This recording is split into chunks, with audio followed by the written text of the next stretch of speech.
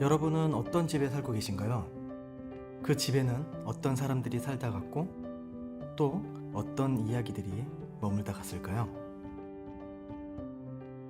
집은 단순한 생활의 공간임을 넘어 삶의 기록이기도 합니다. 세월이 스며든 벽과 마루, 집 주인의 취향 혹은 추억이 묻은 가구나 물건들은 그 집을 거쳐간 이들의 역사를 말해주고 있죠. 한 발짝 물러서서 집이 자리하고 있는 골목을 바라보면 그 사이에 켜켜이 쌓인 기억들이 곧 그 마을의 이야기고 그 안에서 이어져 온 삶을 짐작하게 합니다. 여기 너른 서해 바다와 함께 130여 년의 시간을 끌어안은 도시가 있습니다. 바로 군산입니다.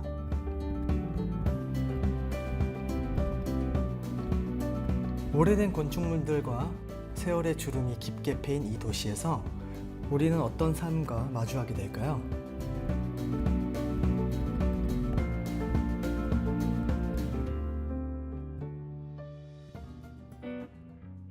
제가 서 있는 이곳은 130여 년 전 이 도시를 탄생시킨 군산 내항입니다. 저는 지금 어디에 왔냐고요? 여기는 바로 군산입니다. 네, 이 선착장 때문에 번화한 걸로 알고 있어요. 근데 지금 되게 한적하고 사람의 말소리, 자동차 소리 하나도 안 들리고 너무나 고요해서 행복합니다. 군산 오늘 한번 친해져 보려고요. 네.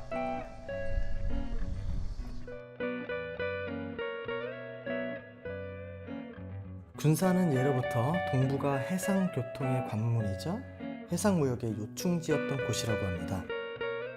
그도 그럴 것이 군산은 우리나라 최고의 곡창지대인 호남평야에 자리하고 있는 데다 내륙 곳곳을 연결하는 물길인 금강의 하구에 위치하고 있어 쌀과 각종 농산물, 수산물이 모여들고 또 퍼져나가는 곳이었던 겁니다. 그야말로 풍요로운 무역도시였지만 군산은 1899년 5월 1일 개항과 함께 역사의 소용돌이로 빠져들고 맙니다. 당시 대한제국 정부가 근대 국가를 건설하겠다는 포부를 안고 세계를 향해 문을 연 군산은 하지만 쌀을 비롯해 참 많은 걸 품고 있었던 한국 군산은 얼마 지나지 않아 비극을 맞이하게 됩니다.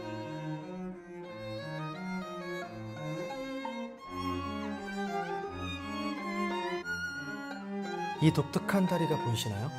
약 100년 전 1930년대에 만들어졌다면 이 다리는 뜬다리 부두라는 독특한 이름을 갖고 있는데요.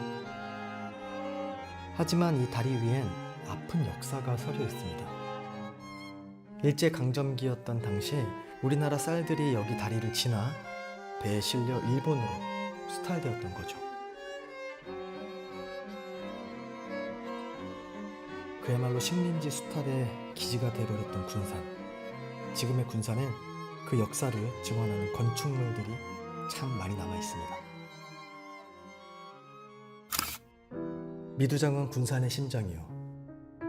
전주통이니 온정통이니 해안통이니 하는 폭넓은 길들은 대동맥이다. 이 대동맥 군데군데는 심장 가까이 여러 은행들이 서로 호응하듯 옹이하고 있고 심장 바로 전후 좌우에는 중매점들이 전화줄로 거미줄을 쳐놓고 앉아있다.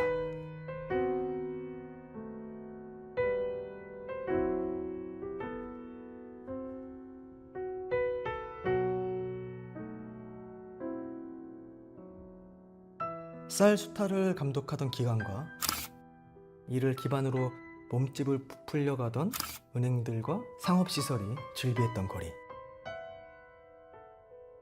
채만식의 소설에서 묘사한 것처럼 일제강점기 군산의 모습은 어지럽고 혼탁하기만 했습니다.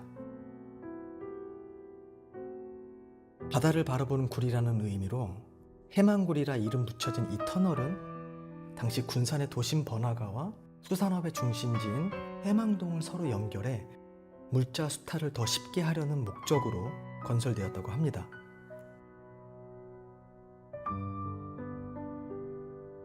이렇게 애두르고 휘돌아 멀리 흘러온 물이 마침내 황해 바다에다가 깨어진 꿈이고 탕류얼러 자르르 쏟아져 버리면서 강은 다하고 강이 다하는 남쪽 언덕으로 대천하가 올라앉았다.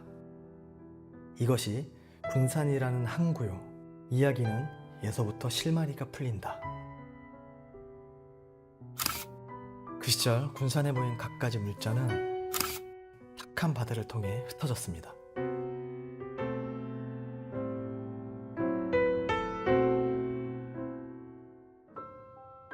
혼탁했던 역사는 광복의 물꼬를 만나면서 군산만의 풍경들을 만들어내기 시작했습니다. 일본인들이 떠난 빈집에 새로운 집주인이 등장하면서 또 다른 역사가 흐르게 된 것이죠.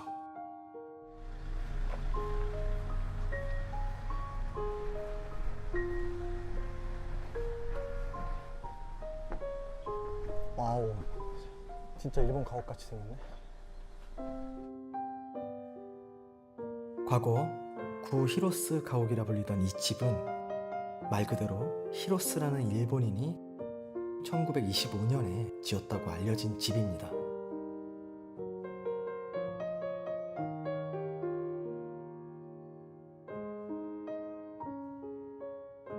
저택의 규모가 어마어마하죠. 이 집을 지은 이의 부와 권력이 어느 정도였는지가 짐작이 되는데요.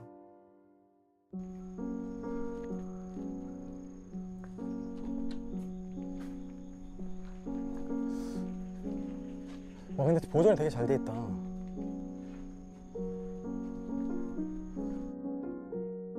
진짜 일본 같아. 교토 같아.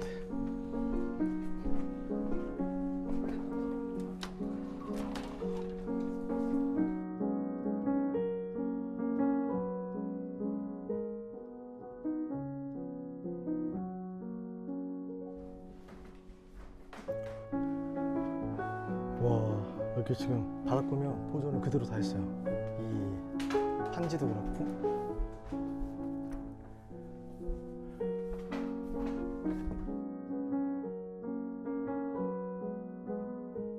일본 특유의 주택 양식에 우리의 온돌방이 만나 독특한 풍경을 그려내는 이 집은 광복 이후 지역의 한 사업가에게 넘어가면서 오늘까지 보존이 될 수 있었다고 합니다. 아니, 그냥 진짜 옛날 일본 집 걷는 것 같아요. 밖에도 약간 좀 느낌이 달라 보이고. 현관만 나가면 군산인데 여기 앞은 교토 같고.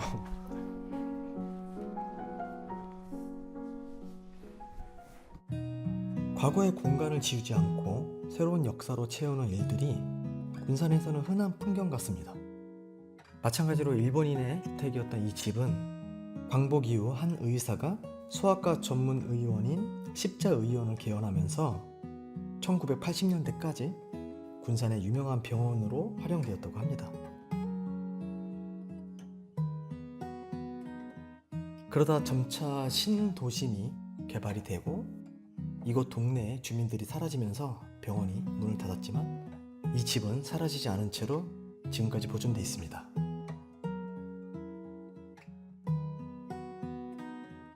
정원도 정갈하고 무엇보다도 이 오래된 나무가 멋들어지게 대문을 감싸고 있는 것이 누군가 관리를 하고 있구나라는 생각을 했었는데 아니나 다를까 이 집을 물려받은 새로운 집주인분이 계속 이것을 관리하며 과거의 시간과 흔적을 이어오고 계신다고 합니다. 어찌 보면 개인이 그것도 누가 시킨 것도 아닌데 이렇게 가치를 알고 애쓰신다는 게 정말 인상적입니다.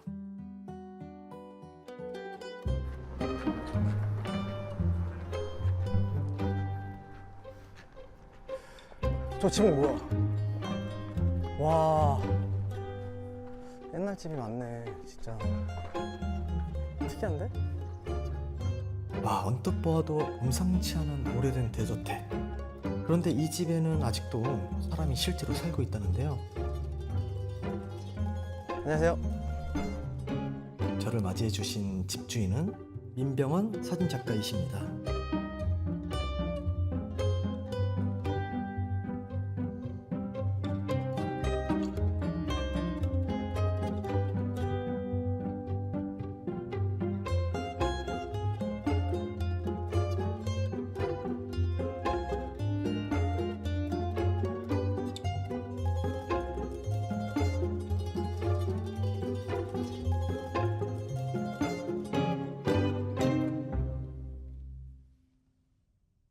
내가 지금 사진을 한 지 45년이 되는데 네. 약품을 이제 희석한다고 그러죠. 그거를 지금도 그냥 똑같이 하고 있어요.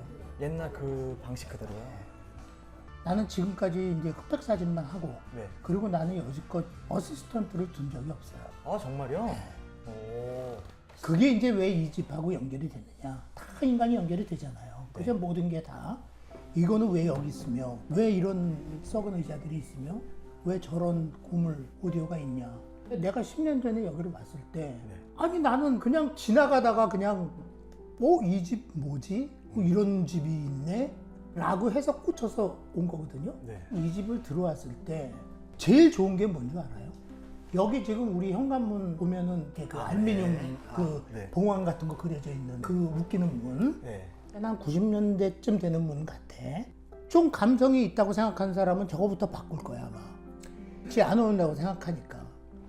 내가 이 집에 꽂혔던 거는 뭐냐면 100년 전에 일본인이 지은 집이라고 얘기를 들었는데 100년 동안에 걸치면서 우리 나라 사람의 감성, 그다음에 더더군다나 이제 군산 분이 사시면서의 감성 다 섞여 있는 거예요. 보니까. 그러니까 저 현관문도 아니야. 무조건 고쳐서 쓸 수 있는 거는 쓰자. 그런 생각으로 들어오게 된 거예요. 네. 나는 이 집이 100년 전의 느낌이 그대로 있었으면 난 이 집을 안 왔어요. 왜? 교토 가서 보면 되지. 60년대, 70년대, 80년대, 90년대가 다 섞여 있는 거야. 돌아와 보니까. 그게 너무 재밌더라고요. 그게.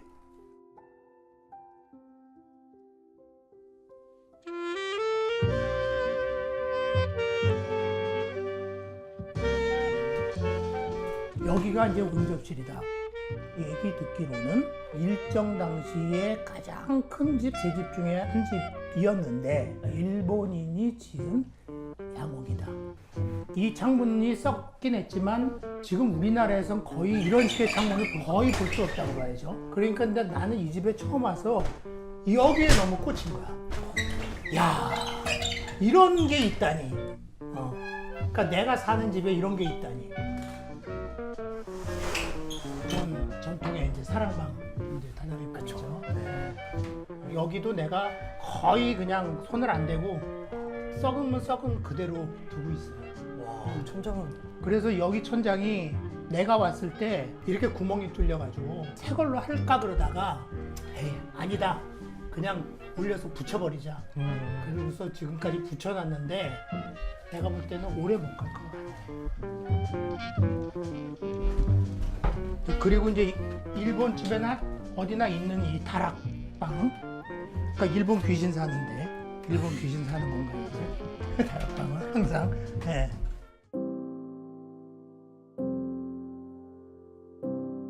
(1930년대) 그리고 (40년대) 나아가 (70년대) (80년대) 그 시절의 인테리어 장식들이 한 곳에 켜켜이 쌓여있는 풍경이 정말 마음에 와닿습니다.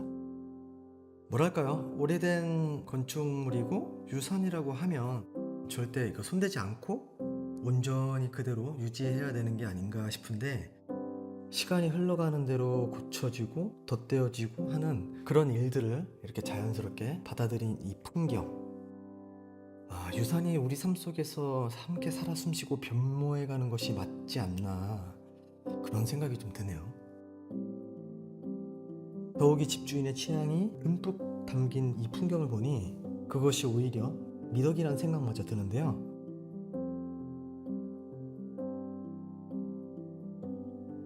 어떤 사람들은 오면 이거 원래 이 집에 있던 거예요? 이런단 말이에요. 아니겠죠. 그냥 내가 이런 걸 다 이구지구 살았던 사람이거든. 그러니까 내가 이 집에 온 게 어찌 보면 되게 그냥 우연인 것 같지만 어찌 보면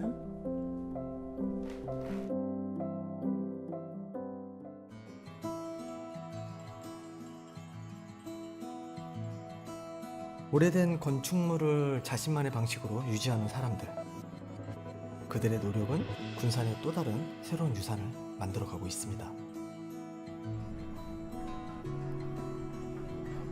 이런 새 건물이 오호 잘해놨네.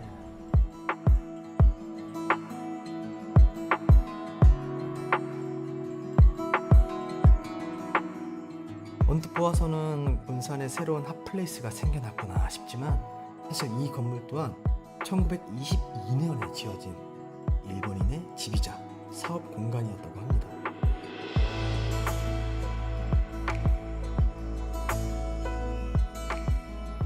낡고 허물어진 벽을 드러낸 건축물과 이들이 만들어내는 구조가 꽤나 독특합니다. 대체 어떻게 지금에 이르렀을까? 그 사연이 꽤나 궁금해지는데요.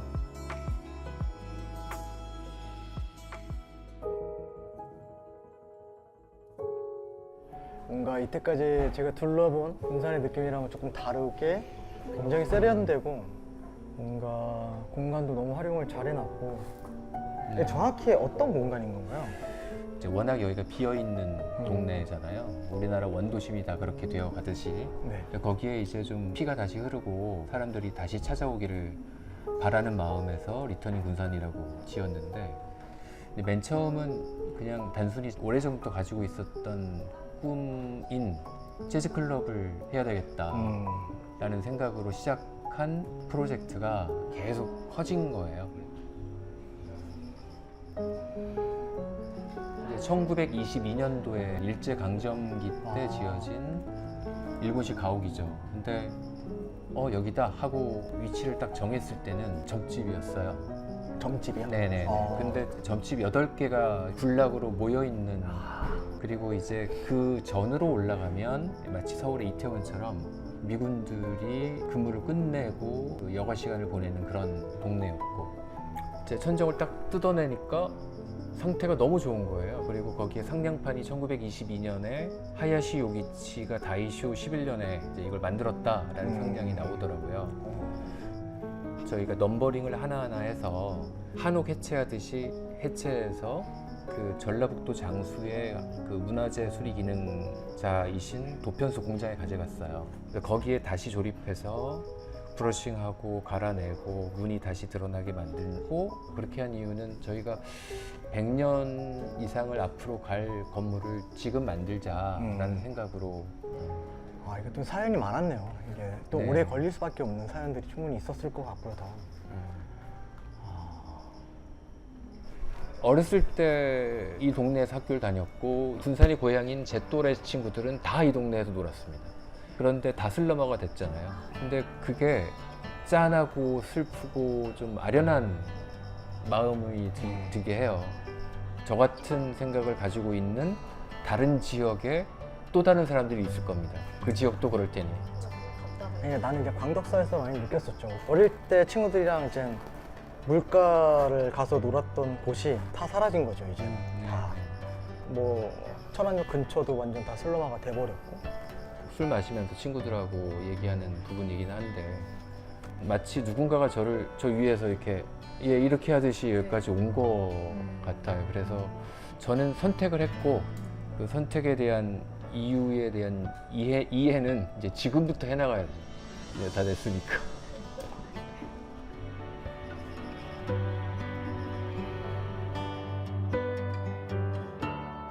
텅 비어버린 어린 시절의 추억을 다시 채워보겠다는 마음이 뜻있는 이들을 불러 모았고 100년 이상 이어갈 수 있는 건축물을 만들자 라던 말이 마음에 남습니다.